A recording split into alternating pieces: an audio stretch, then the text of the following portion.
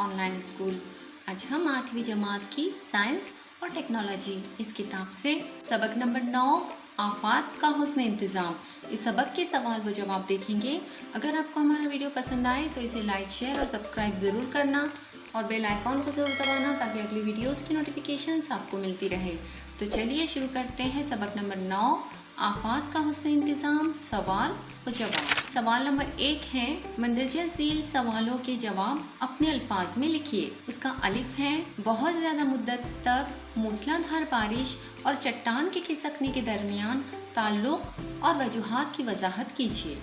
तो इसका जवाब इस तरह लिखना होगा, चट्टान खिसकने के असल अमल से कब्ल पहाड़ी इलाके में कई तब्दीलियाँ होती हैं। सख्त चट्टानों में शिगाफ और सुराख पैदा हो जाते हैं। ये कुदरती तब्दीलियाँ होती हैं, लेकिन इंसानी सरगर्मियों की वजह से ये शिगाफ झीज की वजह से वसी हो जाते हैं। इन शिगाफों और सुराखों की वजह से चट्टानों के टुकड़े हो जाते हैं। शदीद बारिश की वजह से ये शिगाफ मज़ीद गहरे और बड़े हो जाते हैं। इन सुराखों में पानी दाखिल होने की वजह से चट्टानों की झीज होती है और चट्टानें मिट्टी के साथ ढलवान इलाके से फिसलते हुए निचले इलाकों में चली जाती हैं। ये तमाम अमल बारिश की वजह से बहुत तेज़ रफ्तारी से होता है। अब बे हैं, ज़लज़ला आने पर क्या करें और क्या ना करें।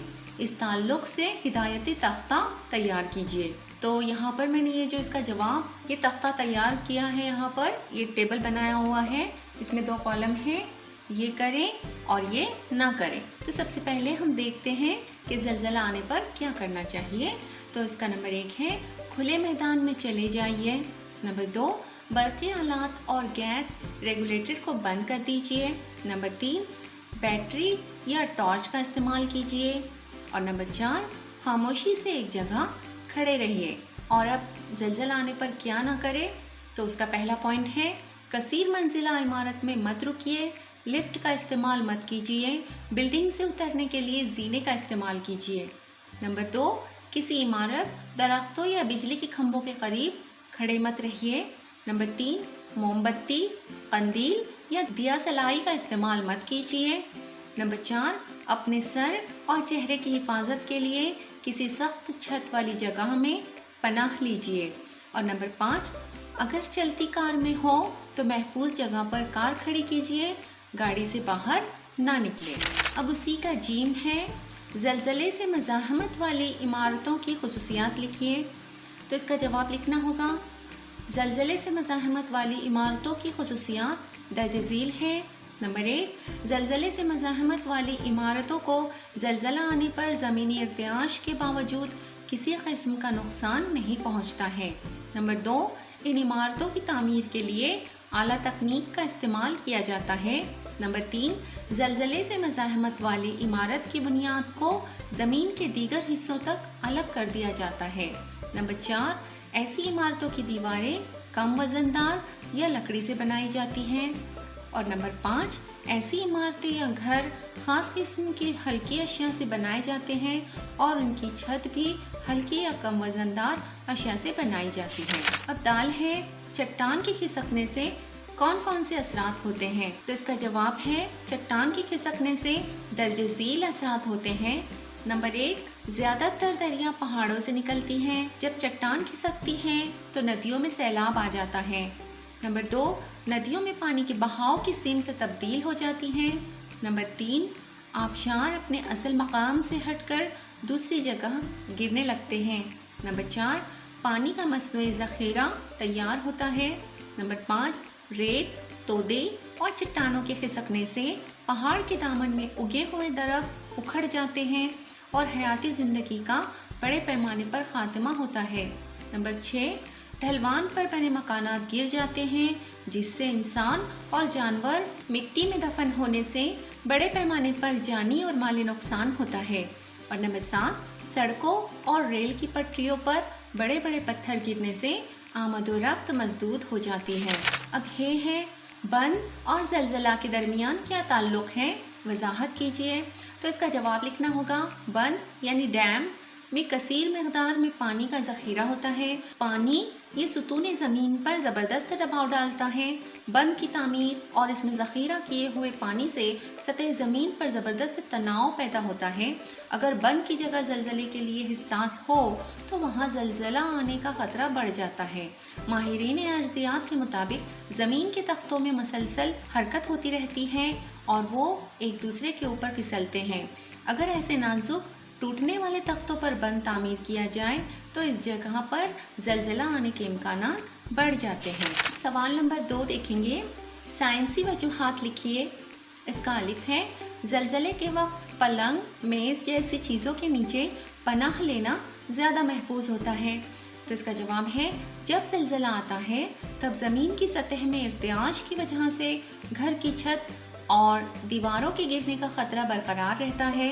इस इन्हदाम की वजह से सर में गहरे ज़ख़म पैदा होने का इम्कान रहता है और ये ज़ख़म बहुत मुहलिक साबित हो सकते हैं और मौत भी हो सकती है। इसलिए ज़लज़ले आने पर सहारा देने वाले ढांचों जैसे पलंग या मेज़ के नीचे पनाह लेनी चाहिए। इस एहतियाती तदबीर से जान की हिफाजत होती है। इसलिए ज़लज़ले के वक्त पलंग, मेज़ जैसी चीज़ों के नीचे पनाह लेना ज़्यादा महफूज होता है।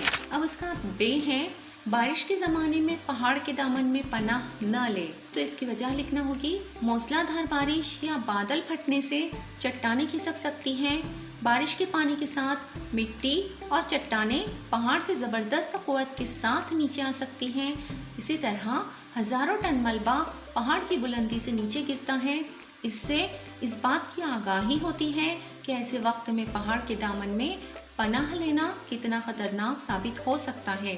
अचानक चट्टानें और मिट्टी के खसकने पर मलबे के अंदर दफन होने का खदशा रहता है। इन वजूहात की बिना पर बारिश के ज़माने में पहाड़ के दामन में पनाह ना ले। अब जीम है, ज़लज़ले से मज़ाहमत वाली इमारत की बुनियाद ज़मीन के दीगर हिस्से से अलग की जाती है। तो इसका जवाब है, ज़लज़ला आने पर क़शर अर्ज़ में अचानक इर्तियाश पैदा होता है। शदीद किस्म के झटकों से सिस्मिक लहरें पैदा होती हैं, जिनकी वजह से ज़मीन हिलने लगती है। लहरों के सबब पैदा होने वाले झटके ज़मीन के अंदर और बाहर उसी तरह सतह ज़मीन पर तमाम सिमतों में फैलते हैं। इसकी वजह से ज़मीन पर कायम इमारतें और दीगर बुनियादें गिरने लगती हैं। इस किस्म के हादसात को टालने के लिए इमारत की बुनियाद को ज़मीन के दीगर हिस्सों से अलग किया जाता है। अब सवाल नंबर 3 है, ज़लज़ले के बाद इमदादी काम करते वक्त अतराफ़ के लोगों की भीड़ जमा होने पर कौन सी मुश्किलें पेश आती हैं? तो इसका जवाब है, ज़लज़ले के बाद इमदादी काम करते वक्त अतराफ़ के लोगों की भीड़ जमा हो जाए तो इमदादी काम अंजाम देना मुश्किल हो जाता है। लोगों को जहां मदद की ज़रूरत होती है वहां भीड़ की वजह से एम्बुलेंस और आग बुझाने वाली गाड़ियां बर वक्त पहुंच नहीं पाती। इसी तरह आफात का हुस्न इंतज़ाम करने वाले कारकुनों को अपना फ़र्ज़ अदा करने में बहुत ही मुश्किल पेश आती है। इसका हल निकालना भी मुश्किल हो जाता है। इसलिए मुसीबत की इस घड़ी में लोगों को भीड़ की शक्ल में जमा नहीं होना चाहिए। सवाल नंबर 4 देखेंगे।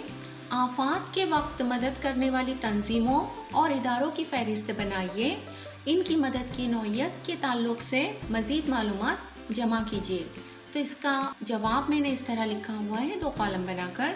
एक कॉलम में इदारे और दूसरे में मदद की नौइयत यानी अफ़आल लिखे हुए हैं। तो पहले इदारे देख लेते हैं।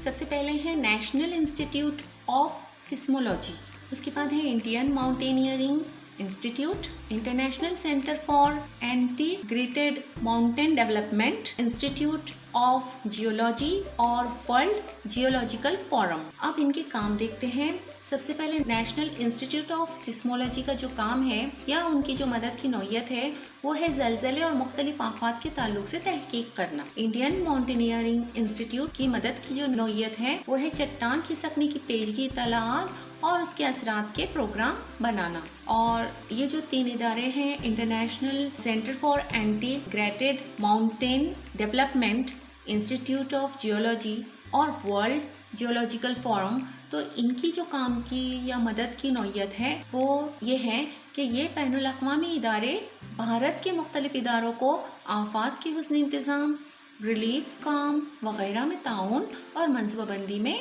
मदद करते हैं। सवाल नंबर 5 है, आफात की रोकथाम के खाके की मदद से अपने स्कूल का सर्वे करके नुकात के साथ मालूमात दीजिए। अब ये जो सवाल है ये आज़ादाना जवाब वाला सवाल है। आप लोग अपने तौर पर इसका जवाब आप लोगों को ही लिखना है, लेकिन मैंने यहाँ पर मिसाल के तौर पर एक जवाब लिखा हुआ है। इसमें आप लोग अपनी स्कूल के ताल्लुक से और पॉइंट्स ऐड करके इस जवाब को इन नुकात की मदद से लिख सकते हैं। जवाब है, मुमकिना आफत की हालत में स्कूल, कॉलेज और दीगर इदारों को इसके रोकथाम का खाका तैयार रखना चाहिए। मसलन स्कूलों में आफत के लिए इमदादी काम और इसकी रोकथाम के लिए स्कूल की बुनियादी मालूमात, स्कूल कमेटी बराए आफत का हुस्न इंतज़ाम, स्कूल के मैदान के ताल्लुक से मालूमात, स्कूल का रोज़ाना का मामूल यानी स्कूल शुरू होने, दरमियानी वक्फ़ा और स्कूल की छुट्टी का वक्त और स्कूल में मुमकिना ख़तरा, आफत के हुस्न इंतज़ाम का स्कूली खाका वगैरह, इन तमाम उमूर को शामिल किया जाता है। तो ये सारे पॉइंट्स लेकर आपको अपनी स्कूल की मालूमात यहाँ पर लिखनी होगी। इस तरह आप लोगों को सवाल नंबर 5 हल करना होगा। अब सवाल नंबर 6 है, क्या आपके अतराफ चट्टान खिसकने का इम्कान रखने वाले मकामात हैं? इस बारे में वाकिफ़कार लोगों से मालूमात हासिल कीजिए। तो ये सवाल भी जो है वो आज़ादाना जवाब वाला सवाल है। यहाँ पर आप लोगों को अपने अतराफ का मुशाहिदा करके और अपने अतराफ के जानकार लोगों से, वाकिफ़कार लोगों से मालूमात हासिल करनी है और मालूमात जमा करनी है। तो यहाँ पर इसका जवाब लिखना मुमकिन नहीं था क्योंकि हर जगह के जो मकामात अलग अलग होंगे, इसलिए आप अपने तौर पर इसका जवाब लिख लेना। अब सवाल नंबर 7 है, दर्ज झील तस्वीर की मदद से आफत के दौरान आप क्या करेंगे, लिखिए। तो अब ये यहाँ पर हमें एक लड़का नज़र आ रहा है इस तस्वीर में और उसके हाथ में कुछ चीज़ है और वो कह रहा है आई एम एट रिस्क, मैं मुसीबत में हूँ। तो इस तस्वीर से मुतालिक अगर कोई इस तरह की कोई आफत आ जाए तो आप क्या करेंगे? तो इसका जवाब मैंने इस तरह लिखा है कि दी गई तस्वीर वाज़ेह नहीं है, ये किसी आफत के दौरान पेश आने वाली हालत को जाहिर नहीं करती, इसलिए इस सवाल के जवाब के लिए 2 मुतबादिल हो सकते हैं। नंबर 1, तालिबे इल्म के हाथ में एक कागज़ है जिस पर लिखा हुआ है मैं मुसीबत में हूँ, आई एम एट रिस्क। लड़का कागज़ पर लिखे पैगाम की वजह से परेशानी में मुब्तला है। इस सिलसिले में इसे अपने घर के किसी बुजुर्ग या पुलिस की मदद लेनी चाहिए। अब दूसरी जो हालत है वो इस तरह है, तस्वीर में दिखाया गया लड़का ख़तरे में घिरा हुआ नज़र आ रहा है, इसलिए वो अपने आईपैड में ये टाइप कर रहा है कि वो ख़तरे में है ताकि इस पैगाम को पढ़कर कोई उसकी मदद करे। मैं मुसीबत में हूँ, इस बात से ये जाहिर होता है कि वो किसी मुसीबत में है और उसे किसी की मदद की बेहद ज़रूरत है। शक्ल में ये जाहिर नहीं है कि लड़का किस आफत में घिरा हुआ है। तो इस तरह से सवाल नंबर 7 का जवाब आप लोगों को लिखना होगा। तो उम्मीद है इस सबक के सवालात के जवाब आप लोगों को समझ में आ गए होंगे। तो अगली वीडियो में फिर मिलते हैं। अल्लाह हाफिज़।